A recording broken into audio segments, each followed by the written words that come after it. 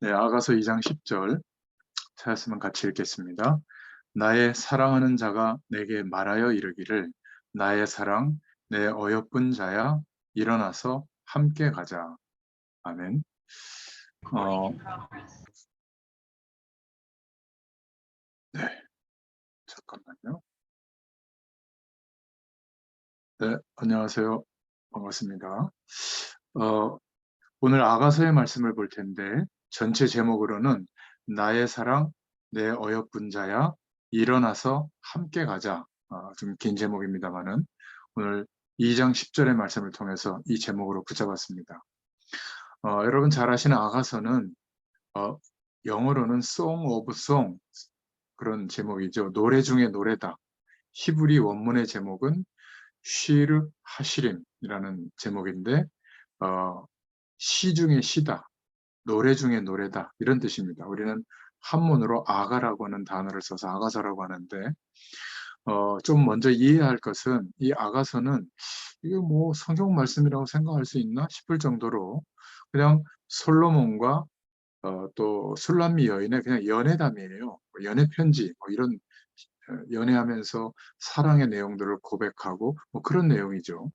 그래서 우리가 좀 먼저 좀 이해할 것은 하나님께서는 우리에게 복음을 설명해 주시려고 이스라엘의 풍속을 이용해서 설명하는 그런 부분들이 있습니다. 그래서 성경 말씀을 읽어가는 중에 풍속이나 어떤 사건이나 그런 것으로 보지 말고 복음을 이해하기 위해서 보면 하나님의 말씀이 보입니다. 예를 들어서 이스라엘은 결혼식을 3번 하죠. 먼저 양 가족, 부모님들이 모여서 부모님과 같이 정혼식을 하는 결혼식이 있고, 그리고 신부 집에 와서 또 하는 결혼식이 있어요. 이스라엘의 풍습이 그렇습니다. 그런데 신부 집에 오는 데는 신랑이 오는 시간이 정해져 있지 않아요. 보통 밤늦게 오거든요. 그래서 갑자기 들이닥치기 때문에 신부들이 친구와 기다려야 되죠. 거기 성경에 보면 이렇게 등불을 켜고 기다린다고 하잖아요. 이게 이스라엘의 풍속입니다. 그러니까 이게 또 신부 집에서 끝나고 결혼식 하고 난 뒤에 신랑 집에 가서 또 합니다. 이게 복음과 상관이 있기 때문에 그런 내용을 차용해서 하나님께서 우리에게 복음을 설명하시는 거죠. 우리는 예수 그리스도로 말미암아 하나님의 백성이 됐죠. 언약의 백성이 됐습니다. 그래서 예수님께서 재림해서 오실 때 어느 시에 올지 모른다. 이미 천국 잔치는 벌어지고 있고 그 재림하시는 주님을 기다리는 심정으로 이 땅에서 살아야 될 분명한 이유를 가지고 우리가 기다리고 준비하는 것. 그래서 하나님은 너무 중요한 복음이기 때문에 이것을 설명하기 위해서 어떤 때는 한 나라의 역사를 움직여서 설명하기도 하죠. 사무엘상하, 역대기상하, 열왕기상하의 내용들을 보면 약 1000년의 기간을 들어서 복음을 설명하기도 합니다. 또 여러분 잘 아시는 성경에 보면 구약 성경에 창세기 38장에 나오는데 다말이 시아버지의 아이를 낳습니다. 이게 이스라엘의 풍속이에요. 여인이 그 집에 가서 혼인하고 난 뒤에 반드시 아이를 낳아야 됩니다. 특히 장자와 결혼하면 그렇죠. 왜냐하면 어, 장자의 씨를 자손을 생산하지 못하고 남자아이를 낳지 못하고 죽으면 형이 죽게 되면 그 남편이 죽게 되면 동생에게 가서 아이를 낳아야 되거든요. 근데 동생이 5명이나 있었는데 다 죽게 되면 시어머니가 아이를 낳아서 그 아이가 클 때까지 기다려야 됩니다.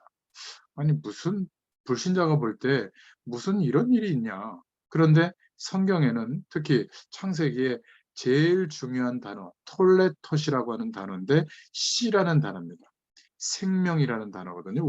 우리말로 얘기하자면 11개의 톨레톳, 이 생명의 씨에 대한 언약을 이루시는 내용을 가지고 하나님의 구원을 말씀하고 있는 겁니다.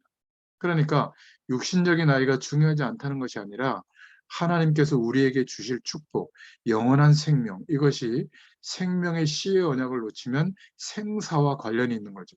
오히려 시아버지 유다가 다말을 칭송하는 장면이 나오잖아요. 이 며느리가 나보다도 옳도다. 그리고 많은 그 고을의 사람들이 오히려 다말을 칭송하는 장면이 나오는 이유가 그것 때문이죠. 구원과 관계이기 때문에 이스라엘의 풍속을 들어서 복음을 설명한 겁니다. 또 여러분 성경에 보면 다윗이 남의 아내 바세바를 빼앗아 취하죠. 참 나쁘지 않습니까? 근데 거기서 난 아들이 솔로몬인데 이 솔로몬이 그 다음 왕권을 이어갑니다.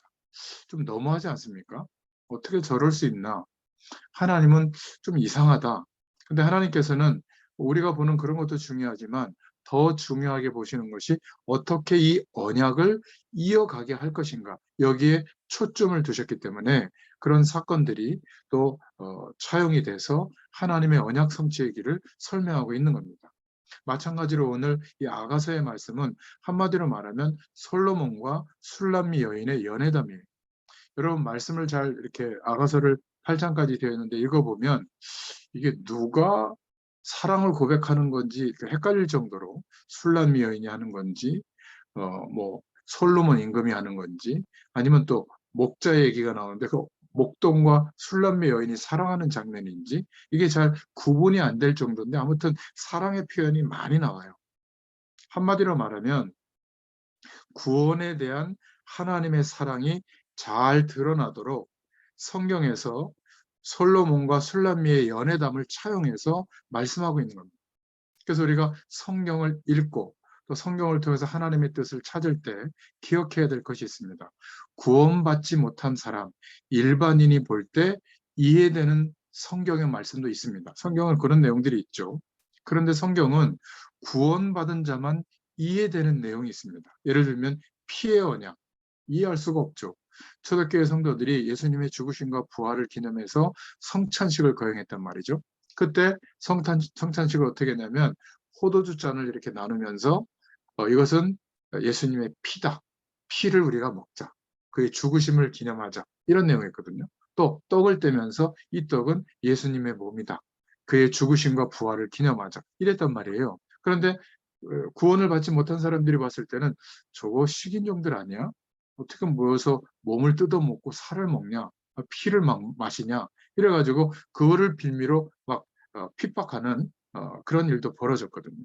그러니까 성경은 구원받은 자만 이해되어지는 언약 중심으로 기록된 내용도 있습니다. 굉장히 중요하죠. 그런데 성경은 구원받은 자도 이해하지 못하는 부분이 있습니다. 아주 영적으로 눈이 열려진 그런 사람만 볼 수 있는 부분도 성경에는 있습니다. 그런데 그것뿐만이 아니라 성경 말씀에는 영적으로 눈뜬 사람도 이해되지 못한 부분이 있어요. 그래서 요한 칼빈은 주석을 하면서 계시록은 주석하지 않았습니다. 저도 일면 맞다고 봅니다. 너무 어마어마한 내용이고 하나님께서 하시는 일이기 때문에 감히 그것을 해석하지 않았죠. 아가서는 어떻게 보면 연애하는 책입니다. 그런데 이 안에는 굉장한 내용들이 들어있죠. 구약 속에서 남녀 간의 사랑을 통해서 리얼하게 표현하면서 하나님의 사랑, 그리스도의 사랑을 표현한 성경이 바로 아가서입니다. 여러분들이 알고 있겠지만 이렇게 이해를 하고 이 아가서의 내용을 간단하게 보겠습니다. 특히 제가 올려드린 교재의 개요 부분을 말할 필요도 없이 간단한 내용이기 때문에 생략했고요. 1대지 내용은 복음 가진, 복음을 먼저 받은 1세대 부모 세대의 관점으로 이 아가서를 다음 세대에게 어떤 중심으로 전달해야 될까 그렇게 정리를 했고요.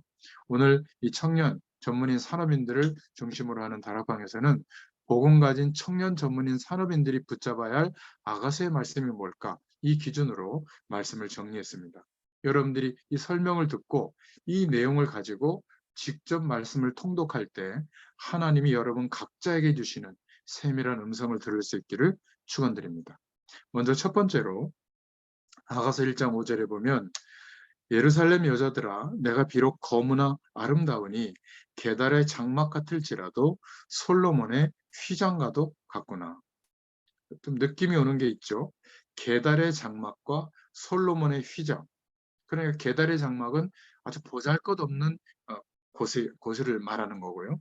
솔로몬의 휘장은 어마어마한 영광의 배경을 말하는 거죠. 이게 바로 하나님이 우리를 사랑하시는 방법이에요.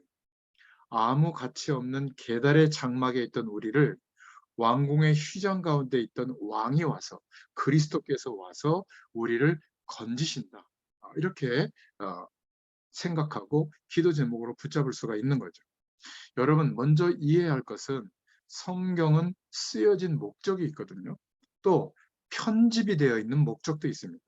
쓰여지기도 하고 편집이 되어져서 우리에게 캐논으로 주어지게 됐죠.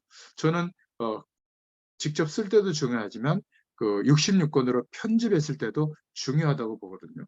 그래서 성경은 쓰여진 목적이 있는데 이것을 중심으로 성경은 우리에게 말씀하고 있는 겁니다.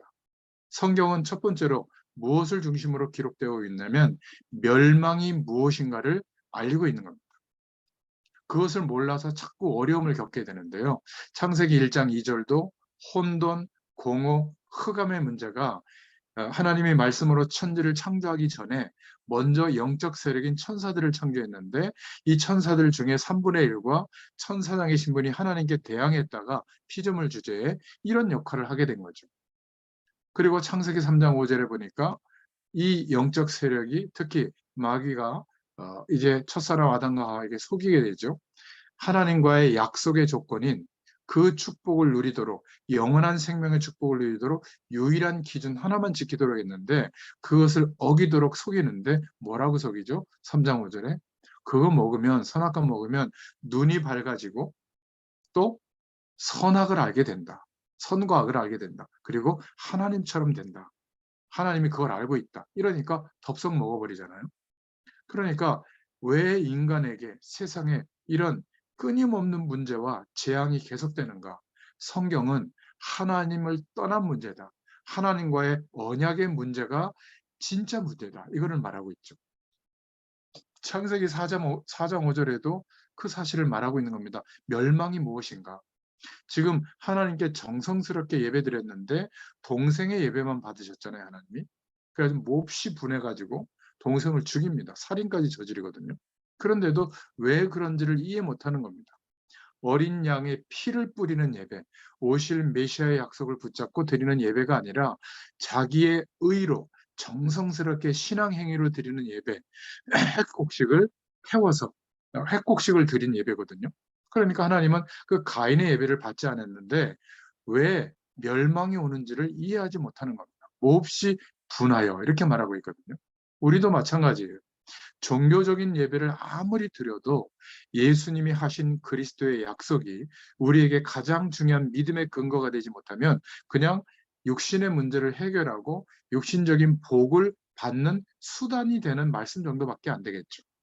왜 멸망이 오는지 성경은 말하고 있습니다. 창세기 6장 5절에 보면 가장 발전된 시대, 가장 하나님 없어도 살만한 가능성으로 충만한 시대인데 하나님이 볼 때는 창세기 6장 5절에 죄악이 세상에 가득한 것으로 본 겁니다. 모든 인간의 계획이 항상 악할 뿐임을 이렇게 보시고 이렇게 성경은 말하고 있거든요. 왜 그렇게 보셨을까요? 하나님의 언약을 중심으로 인도받는 것이 아니라 오실 메시아를 기다리는 것이 아니라 하나님의 구원의 약속과는 관계없이 세상의 조건으로만 열심히 사는 그러한 세상. 그러니까 그 세상에는 심판이 임하게 되는 것이죠. 결국 인간이 하나님의 약속, 오실 메시아의 약속을 이해할 수 없고 붙잡지 않게 되니까 남는 인생관 세계관은 창세기 11장 1절부터 8절에 바벨탑 사상만 남는 거죠. 무조건 노력해서 성공하면 된다고. 그렇지 않습니다. 농경 시대보다 지금 어마어마한 속도의 시대에 많은 것들이 변화되고 지식의 총량이 어마어마하게 늘어나고 있지만 인간 개인으로 놓고 볼 때는 안식, 평안, 만족, 감사 이런 단어들이 점점 없어지고요. 쫓기고 열등감 느끼고 스트레스 받고 분노가 폭발하고 그냥 육신적인 본능으로만 쫓아 살아가는 이런 죄악이 관영한 이런 세상의 문제들이 점점 커지고 있죠. 성경이 무엇을 말하고 있는가? 우리는 그거를 볼 수 있어야 됩니다. 그래서 하나님이 출애굽기 3장 7절부터 8절에 모세에게 말씀하시죠. 내가 이 백성들의 고통과 부르짖음을 들어서 알고 있다. 어떤 것이 멸망인지를 말하고 있는 겁니다. 하나님의 백성, 언약 백성이 하나님의 축복으로 고센 땅에 정착해서 살고 있는데 희생 제사의 비밀, 즉 오실 메시아의 죽으시고 부활하시는 그 구원의 약속을 붙잡고 예배하는 의미를 놓쳐버린 겁니다. 그러니까 고통과 멸망이 오게 되는 것이죠. 포로로 끌려갑니다. 나라도 망해요. 황폐해지는 거기에 이사야서 6장 13절에 그루터기가 남아있다고 말씀하잖아요.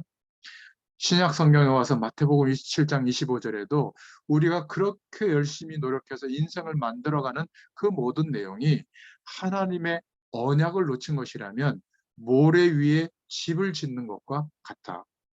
비가 오고 바람이 불면 무너짐이 심하다. 성경이 알리고 있는 가장 중요한 내용이 첫 번째로 멸망이 무엇인지를 알리고 있는 겁니다.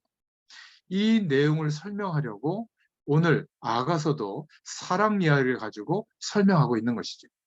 이게 안 보이면 이게 뭐지? 이런 연애 편지 같은 게 왜 성경에 들어와 있지? 이렇게 볼 수가 있는 거죠. 그리고 무엇을 의미하는지도 잘 모릅니다. 두 번째, 성경이 말하고 있는 거. 이 실타래만 풀어지면 나머지 이 아가서는 쉽게 설명이 됩니다. 구원이 무엇인지를 알리고 있죠. 이게 성경을 우리에게 주신 목적이에요. 창세기 1장 3절에 빛이 있으라. 창조의 빛을 비추시고 창조하는 축복을 허락해 주시죠. 하나님을 떠난 아담과 하와에게 여인의 후손이 오면 뱀의 머리를 상하게 할 것이다. 남자의 씨를 받고 태어나는 남자의 후손이 아니라 원죄 아래서 출생하는 사람은 그리스도가 될 수가 없잖아요. 그래서 동정녀 마리아에게 나시고 성령으로 잉태되어져서 원죄 아래서 출생하지 않는 그러한 생물학적 방법으로 오시는 분, 예수님만 그리스도라는 것을 알리고 있는 것이죠. 창세기 4장 4절에 아벨의 제물, 피 뿌리는 예배, 어린 양의 피를 뿌리는 예배, 희생제사의 비밀, 오실 메시아의 약속을 붙잡는 예배, 그 예물이 증거한다고 말하잖아요. 또 창세기 6장 14절에 전부 하나님을 떠나서 세상에 심취해 있을 때 방주를 만들어라. 방주 안에 들어가야 사는 언약을 주신 겁니다. 또 아브라함에게는 그 어마어마한 세상 배경, 우상의 배경에서 떠나서 메시아가 오실 그 땅, 가나안 땅으로, 지시할 땅으로 가면 복의 근원이 되도록 하고 천하 열방이 이 복을 얻도록 하겠다. 그 말씀을 주시잖아요. 애굽의 그 어마어마한 고통 중에 태어나는 남자아이들을 막 죽이는 그런 때에 출애굽기 3장 18절에 희생 제사를 드리도록 그 비밀을 모세를 통해서 회복시키는 겁니다. 그러면 하나님의 모든 축복이 회복되거든요. 포로로 끌려간 그 나라에서 오실 메시아의 약속을 붙잡고 이사야서 7장 14절에 임마누엘의 비밀, 처녀가 아들을 낳을 것인데 그 이름을 임마누엘이라 하라. 이 약속을 붙잡았을 때 포로에서 귀환해 오죠. 로마의 속국이 되어 있을 때도 주는 그리스도시요 살아계신 하나님의 아들이십니다. 예수님을 그리스도로 고백하는 그 믿음 위에서 결국 3세기가 지나간 뒤에 국교로 선포될 만큼 부흥이 일어나게 된 사실 우리는 알고 있습니다. 성경은 하나님이 우리에게 회복시켜 주시려고 하는 구원과 그 방법이 무엇인지를 알고 있는 겁니다. 이게 성경을 우리에게 주신 목적이에요. 그래서 결국은 세 번째로 구원자가 누구인지를 증거하고 있죠. 여러분, 멸망과 구원에 대한 답을 알았다면 구원자가 누구인가? 바로 예수 그리스도십니다. 예수님이 이 땅에 오신 것, 그분이 하신 것, 그리고 부활하시고 승천하셔서 이 땅에 다시 재림주로 심판주로 오실 것, 이것을 알고 믿고 우리가 인도받는 것이 성경을 제대로 이해하는 것이죠. 그래서 구약 성경은 많은 사람, 많은 사건을 통해서 구원자가 오신다는 것을 예언했고 신약 성경은 그 구원자가 오셨다. 예수님이 바로 그리스도시다. 이 약속을 붙잡고 기도했을 때 승천하실 때 약속하신 주님의 약속, 성령의 충만이 우리에게 임해서 땅끝까지 이 복음이 증거되어지도록 하시는 신약 성경의 말씀이 우리에게 성취되는 것이죠. 그래서 솔로몬 왕과 술람미 여인의 사랑의 핵심은 뭐냐면 두 사람은 상대가 되지 않을 만큼 어마어마한 차이가 있는 계층이에요. 이게 열쇠입니다. 왕과 미천한 소녀의 사랑 이야기. 우리가 막 그 어마어마한 왕을 사랑한다고 해서 되는 게 아니라 찾아와야 되는 거 아니에요? 왕이 찾아와서 여인 중에 어여쁜 자여 엔게디 포도원의 고베라와 같다. 내 눈은 비둘기 같다. 이게 솔로몬의 표현인 겁니다. 게달의 장막과 같이 볼품없을지라도 솔로몬의 휘장같이 아름답고 위엄 있는 여인이라고 솔로몬이 말하죠. 이게 바로 하나님이 우리를 구원하시면서 보시는 내용이에요. 하나님의 구원은 그래서 우리가 신앙 행위를 잘했더니 주시는 축복이 아니라 이미 창세전에 준비하신 축복을 우리에게 허락하시고 그 축복을 이루시려고 하늘 보좌를 버리시고 말씀이 육신이 되어 성자 예수님으로 낮고 천한 인간을 구원하시기 위해서 이 땅에 오셔서 그 방법이 왕이 된 것이 아니라 십자가에서 죽으시고 영원한 대속제물이 되어주시고 또 부활하심으로 하나님의 구원을 우리에게 완성해 주신 것이죠. 하나님의 가장 중요한 것은 구원이에요. 하늘 보좌를 버리고 왔다. 아주 천한 죄 가운데 원죄 가운데 죽을 수밖에 없는 그런 인생을 살고 있던 나를 구원하시려. 그렇죠? 그래서 솔로몬과 술람미 여인의 사랑 고백을 볼 때도 하나님의 사랑을 나타내고 있는 겁니다. 꼭 기억하시길 바라요. 두 번째, 보험 가진 청년 전문인 산업인들이 붙잡아야 할 메시지, 아가서의 메시지는 2장 5절에 나와 있습니다. 우리를 위하여 여우, 곧 포도원을 허는 작은 여우를 잡으라. 우리의 포도원에 꽃이 피었습니다. 말하자면 두 사람이 노는 곳에 여우를 잡으라는 말이거든요. 포도원의 여우를 잡으라. 우리와 하나님의 사랑, 하나님의 은혜를 방해하는 여우를 잡아라. 제목만 이해되어지면 나머지 내용은 시로 우리가 읽으면서 고백할 수가 있는 거죠. 사랑을 하려면 중요한 게 있다. 여우를 잡아라. 하나님께서 우리를 위하여 천국 잔치를 베푸시고 산과 산을 넘어서 솔로몬 왕처럼 그냥 골짜기 가운데 정말 들판 가운데 가시덤불 가운데 낭떠러지 가운데 있는 술람미 여인에게 찾아와서 왕궁으로 데려간 것처럼 일어나서 함께 가자라고 말하는 것처럼 그리고 창살 틈으로 엿보면서 술람미 여인을 지켜보는 것처럼 표시 안 나게 우리를 구원의 축복 속으로 인도해 주신 줄로 믿습니다. 그리고 솔로몬을 향한 술람미 여인의 마음도 나오죠. 아가서 2장 5절에 보면 또 쭉 나옵니다. 샤론에 수선하여 골짜기에 백합하여 가시나무 가운데 백합화 같다. 얼마나 사랑했는지 눈이 멀 정도로. 여러분, 사랑에 눈이 어두워지면 어떻게 되죠? 모든 것을 희생해도 기쁘게 생각하죠. 하나님이 우리를 사랑하신 그 구원의 축복과 그리스도의 축복에 대해서 정말 알게 되고 경험하게 되면 우리의 눈이 완전히 감격으로 바뀌게 됩니다. 그래서 정말 이 하나님의 사랑을 경험한 기독교인은 얼만큼 상사병이 낫느냐? 여러분, 진짜 하나님의 사랑을 경험한 기독교인은 하나님의 사람은 문제가 나면 핍박이 오면 순교합니다. 도망가거나 피하는 게 아닙니다. 어려움이 오면 더 하나님의 언약에 순종해요. 그래서 로마의 10명의 황제가 250년 동안 이 기독교를 완전히 죽이려고 했지만 핍박했지만 이기지 못했죠. 결국은 너무너무 부흥되는 역사가 일어나서 국교로 선포할 만큼 하나님의 역사는 우리가 어마어마한 것을 꼭 기억해야 됩니다. 세상 사람들이 말하는 사랑과 이 지금 아가서의 사랑을 통해서 알리려고 하는 하나님의 사랑은 다른 겁니다.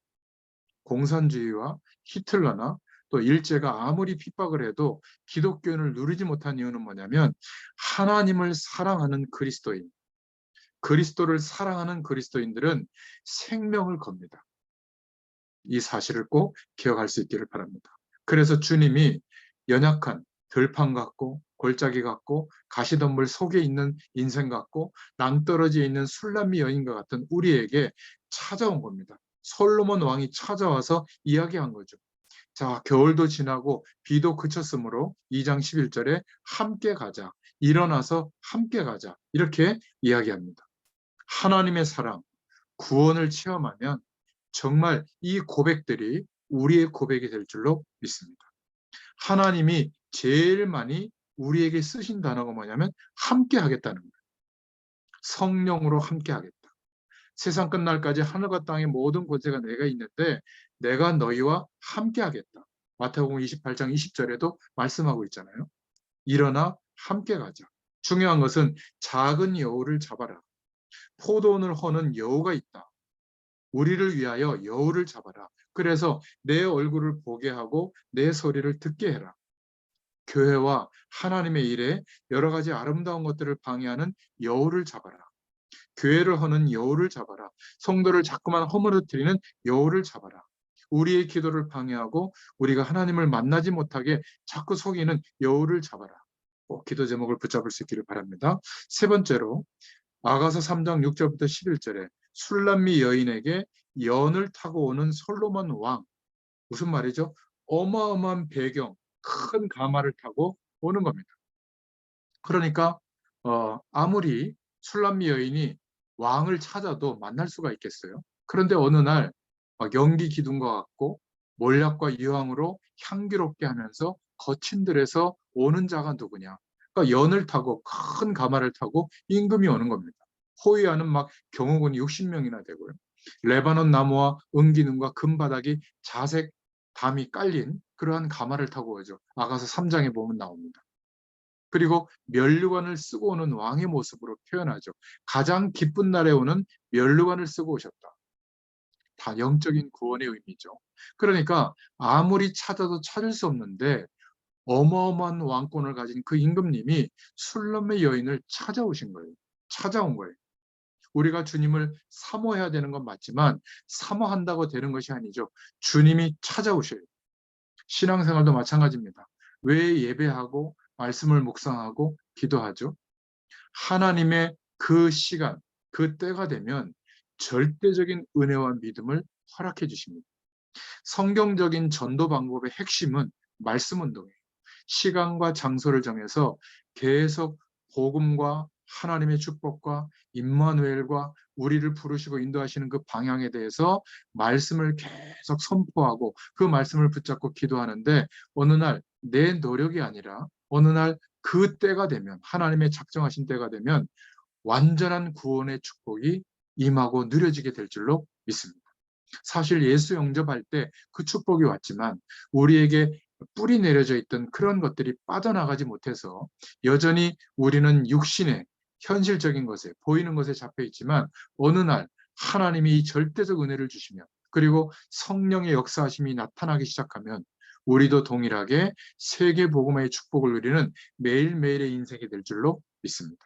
그래서 연을 타고 오는 왕에 대해서 고백하고 있는 거죠.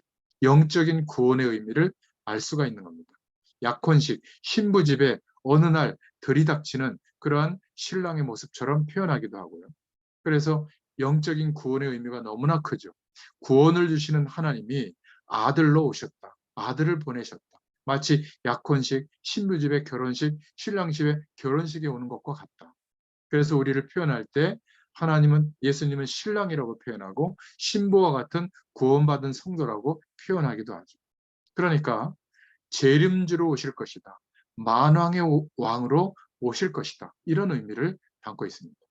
그래서 하나님과의 우리의 사랑이 어, 완성이 되어지고 구원과 모든 인생에 대한 답이 나오면 이런 표현들이 나오죠. 네 번째로 아가서 4장 12절에 나의 누이 나의 신부는 장근 동산이요 덮은 우물이요 봉한 세미로다.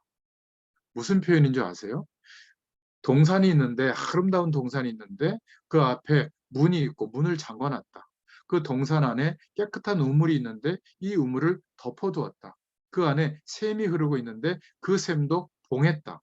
잠그고 덮고 봉했다. 쉽게 말하면 어떤 세력도 가져가지 못하도록 어떤 놈도 가져가지 못하도록 잠그고 덮어놓고 우물이 흐르는데 그 우물도 봉했다. 구원받은 우리를 침범하거나 빼앗아가지 못한다. 우리의 존재를 아무도 건드리지 못하게 덮어두었다. 우리가 가지고 있는 가장 중요한 것을 아무도 빼앗아가지 않도록 덮어두고 봉해놨다. 솔로몬 왕이 오면 열고 들어가는 것이죠. 뚜껑을 열고 물을 마시고 우리의 신앙생활을 이렇게 해야 될 줄로 믿습니다. 세상 속에 살지만 세상의 폭풍이 들어오지 못한다. 세상의 그 어떤 배경들, 오염되는 그것들이 덮은 우물 속에 들어오지 못한다. 심지어 홍수가 나도 괜찮도록 샘을 봉했다. 신랑이 신부에게 바라는 것입니다. 어떤 세상 배경 속에 있을지라도 하나님의 사랑을 경험한 사람은 그 사랑 때문에 살아가게 되어 있습니다. 이게 바로 사랑에 빠진 솔로몬의 노래죠. 아가서 4장 1절에 내 사랑 너는 어여쁘다. 4장 4절에 눈은 비둘기 같고 머리털은 길앗 기슬개 누운 물이 염소 같구나. 4장 4절에 입술은 홍색실 같고 뺨은 석류 같으며 목은 다윗의 망대로구나. 4장 5절에는 유방은 백합화 가운데 꼴먹는 상태 노루와 같고 또 4장 7절에 아무 흠이 없구나. 이러면서 함께 가자. 레바논에서부터 아마니와 헤르몬단에서 사랑의 포도주보다 향품보다 승하구나.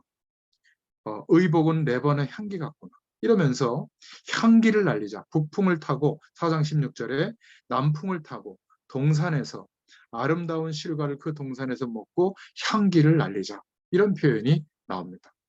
정말 하나님께서 우리를 사랑하시고 인도하시고 역사하시는 것을 경험하면 우리도 이런 표현이 나오게 될 줄로 믿습니다. 그래서 마지막으로 5번째 아가서 5장 9절처럼 언약의 표현들이 나오게 되죠. 그것을 여러분들이 기록으로 남기고 후대들에게 꼭 전달할 수 있기를 바랍니다. 솔로몬이 기록했던 이 사랑하는 그 내용들을 기록한 것이 성경에 기록되어졌고요. 그리고 하나님의 축복을 많이 받았을 때 잠언을 기록했던 것이 성경에 또 기록되어져 있고, 그리고 언약을 놓치고 왕권에 심취해서 완전히 실패하고 난 뒤에 또 인생에 대한 경험과 결과들을 기록으로 남겼죠. 그게 바로 전도서입니다. 그 내용들을 우리에게까지 하나님의 말씀으로 깨닫게 해주시잖아요. 마찬가지입니다. 하나님이 함께 하시는 가장 좋은 하나님의 사랑을 경험했다면 그런 고백들이 나오게 되죠. 우리가 자녀들도 부모님의 사랑을 많이 받고 자란 자녀는 건강한 사랑을 하게 되는 것 같아요. 친구들의 사랑을 많이 받은 사람도 사회에서 뭔가 다릅니다. 또 부부간의 사랑을 많이 주고받은 사람도 다르죠. 그런데 하나님의 사랑을 많이 받은 사람은 어떤 어려움도 넘어설 수 있게 됩니다. 사람들이 이상한 소리를 해도 괜찮아요. 아니, 왕이 비천한 여인을, 술람 여인을 사랑하는데 뭐가 문제가 되겠습니까? 1000명의 왕비와 후궁들이 있는데도 그것보다 더 사랑하는데 말이죠. 그죠? 저와 여러분이 하나님의 사랑, 하나님의 축복을 많이 받는데 무엇이 문제인가?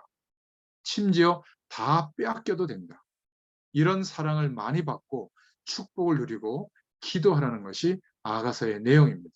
나의 누이, 나의 신부다. 아가서 5장 1절에.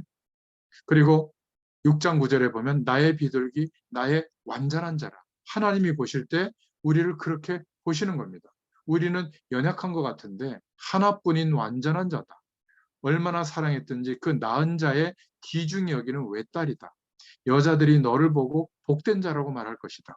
왕후 비빈들이 너를 칭찬할 것이다.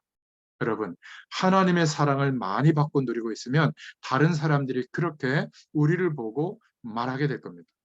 하늘의 천군 천사들이 우리를 볼 때 하나님께 감사 찬양하는 이런 느낌을 가지게 될 줄로 믿습니다.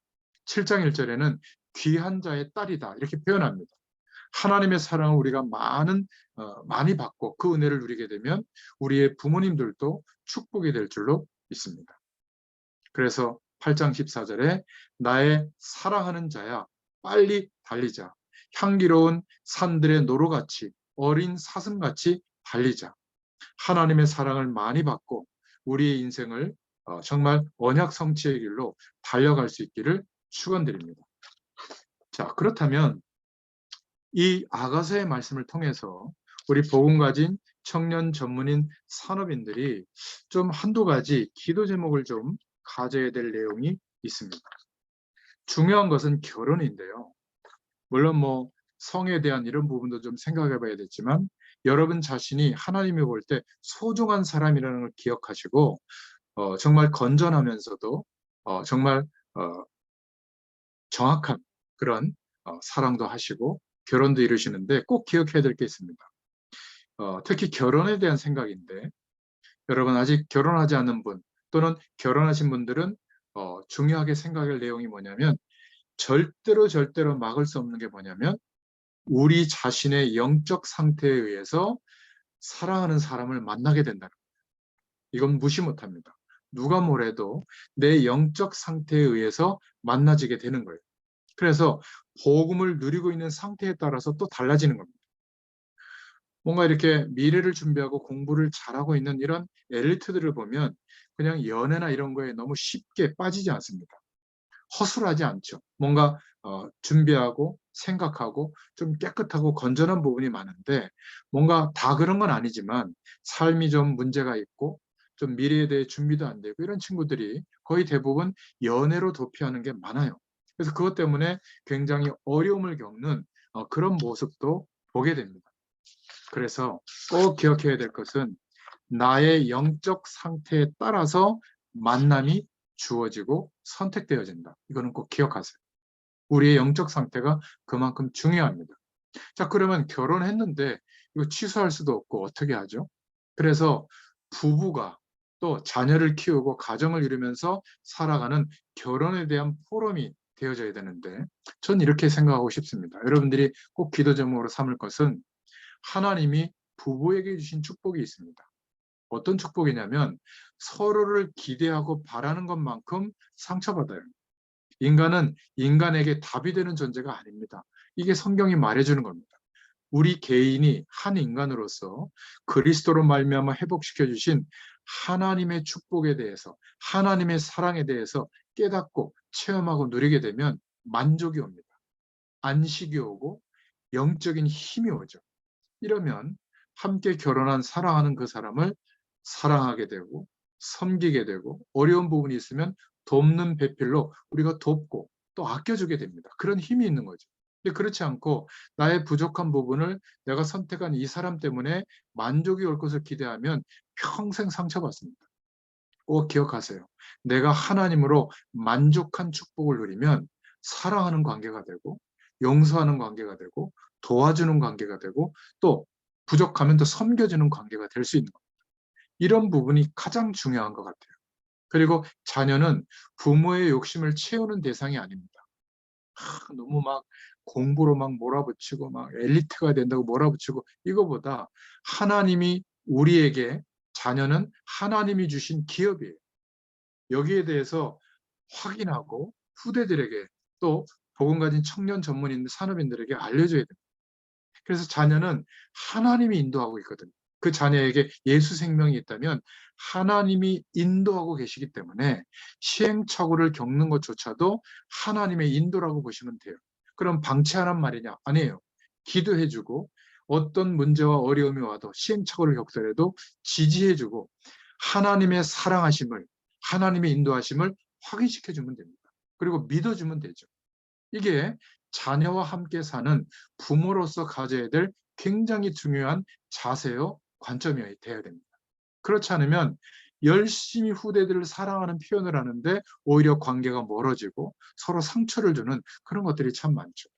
중요한 것은 이 시대는 가정이 무너지는 시대고 오죽하면 1인 가정을 부추기는 시대죠. 혼자 사는 게 더 낫다. 더 낫습니까? 오히려 혼자 있는 나만을 위해서 사는데 그 모든 외로움을 반려동물 강아지나 고양이에게 투영해가지고 막 그거를 사랑하고 막 거기에 막 모든 거를 쏟아붓는 거 보면 너무 안타까워요. 그만큼 외롭다는 거거든요. 또 나만을 위해서 시간을 투자하고 살아가는데 성경적이지 않습니다. 하나님의 사랑을 경험한 사람은 이 사랑을 나눠줄 수 있는 사람이 되고 전해주는 사람이 돼야죠. 그죠? 그러니까 너무나 자신을 위해서 열심히 살아가고 사는데 더 열등감이 크고 자괴감이 크고 또 어마어마한 재앙이 더 덮치는 것을 보면 성경이 맞는 것 같아요. 여러분, 무너져가는 이 가정에 저와 여러분은 정말 소중한 사랑을 하고 멋있는 사랑을 하고 멋있는 결혼을 해서 하나님께 끝까지 쓰임받는 사명자가 될 수 있기를 축원드립니다. 이것을 기도 제목으로 삼고 인도받기를 축원드립니다. 기도하겠습니다. 하나님 감사합니다. 오늘도 아가서의 말씀을 통해서 하나님께서 우리에게 알리시는 구원과 하나님의 사랑과 그리스도의 사랑을 깨닫게 해주셔서 감사합니다. 이 말씀을 기준으로 또 직접 말씀을 통독하고 묵상할 때에 하나님이 우리 각자에게 주시는 크신 하나님의 사랑, 그리스도의 사랑을 경험하는 중요한 응답을 누리게 하여 주시옵소서. 예수님의 이름으로 감사하며 기도드렸습니다. 아멘. 감사합니다.